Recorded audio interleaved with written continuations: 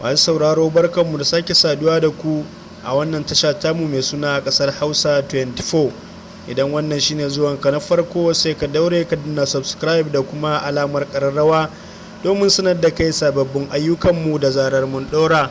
Sannan mai sauraro yana da daban bibiyanmu a shafukanmu na sada zumunta irin Instagram kasar Hausa da kuma Facebook mai suna kasar Hausa da kuma Twitter at kasar Hausa. Ko kuma shafinmu na WhatsApp mai suna labaran kasar Hausa, ko kuma mai sauraro zai iya tafiya kai tsaye zuwa website ɗinmu mai suna kasarhausa.com domin samun sahihan labarai kuma ingantattu. Masu sauraro a labaran namu na yau za ku ji cewa 'yan fashin daji sun mayar da jama'a bayi a jihar Katsina. 'Yan fashin dajin a Najeriya suna cin karensu babu babbaka, musamman ma a arewacin Najeriya, inda suka mai da jama'ar yankin tamkar wasu bayi ta hanyar kashe su da kuma kama su nemi kuɗin fansa. Hare-haren da 'yan bindigan suke kaiwa ƙauyukan ta jihar Katsina da ke arewa maso yammacin ƙasar ba ƙaramar matsala ba ce wacce ta wuce yadda ake tsammani.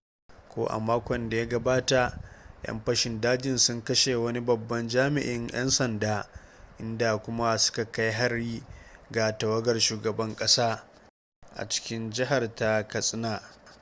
Domin haka ne dai dattijan gari a ƙarƙashin wata ƙungiya mai suna Shirin Tabbatar da Tsaro a yankin jihar Katsina suka ba da sanarwar cewa dukkan ɗan ƙasa na gari ya kamata ya ba da gudunmawa domin a yaƙi 'yan fashin dajin.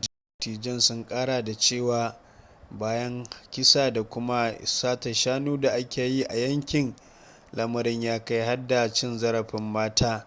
Wani babba daga cikin jagororin wannan kungiya mai suna Dr. Bashir Kurfi ya shaidawa BBC cewa shi ganau ne game da ta'asar da 'yan fashin dajin ke aikatawa. Wa iyazu billah, a yanzu zaka ga an shigo gari an ɗauki matan aure an shiga daji da su, ko kuma a yi musu fyaɗe a nan take. Ya kuma ƙara da cewa akwai ma wasu garuruwan da tsabagen ta'asar da 'yan ta'addan ke yi sai dai su kira magidanci su ce ya kai matarsa ko kuma 'ya'yansa mata bayan sati guda ko wani abu mai kama da haka sannan su dawo da su. Ya ƙara da cewa shi da kansa sun kai wasu mata asibiti wanda 'yan fashin dajin suka ringa yi musu fyaɗe na taron dangi, wanda akalla yawansu ya kai mutum 40. Daga bisani malaman asibitin suka yi umarni da a garzaya da su asibitin yoyon fitsari. Ya kuma ƙara da cewa a gaskiya akwai rashin mai da hankali wajen faɗan da ake yi da 'yan bindigan.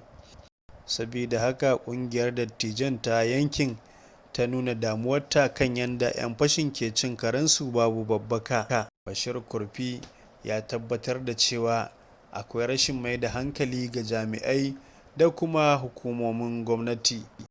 Ya ci gaba da cewa 'yan fashin dajin nan akan babura suke yawo, sannan baburan nan ba allurai ba ne. Ina suke samun su haɗi da bindigogin da suke amfani da su, sannan ga samfuran kayan maye irin ƙwayoyi da ake shigowa da su. Me ke faruwa ne da har yanzu an kasa kawo ƙarshen wannan lamari? A fahimtar mu mun fahimci cewa akwai matsaloli da yawa a cikin jami'o'in gwamnatin jihohin. Jami'an tsaron za su ga kamar babu komai a cikin zukatansu, domin kuwa babu mai da hankali a yakin da suke yi da 'yan fashin dajin.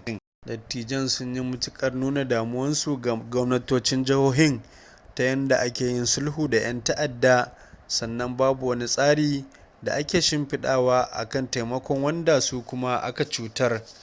Kullum jami'an sun fi mai da hankali akan sasantawa ko kuma sulhu da barayin, amma ba wanda yake tunani akan mutanen garin da kuma suke cutarwa.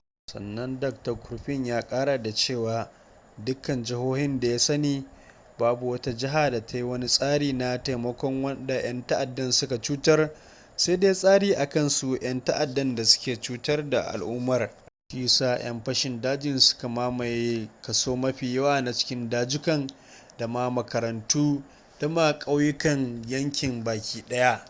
Dattijan sun ce a halin yanzu babu wata makaranta da ake aiki a ƙauyukan na jihar Katsina. 'Yan fashin dajin kuma sun maida makarantun sansaninsu.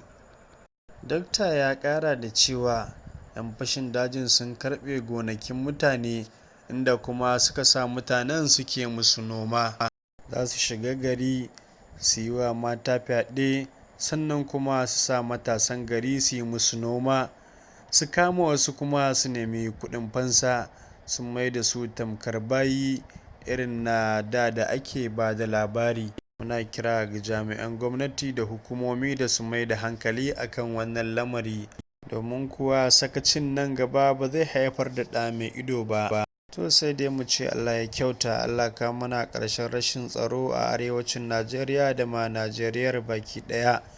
Duka kuma da haka muka kawo ƙarshen rahoton namu na yanzu. Sai an jima za ku ji mu ɗauke da wani rahoton na daban. A madadin abokan aiki Awwal da kuma Kabiru K Plus, ne da na gabatar Adamu Sa'idu nake ce da ku mu kasance cikin ƙoshin lafiya.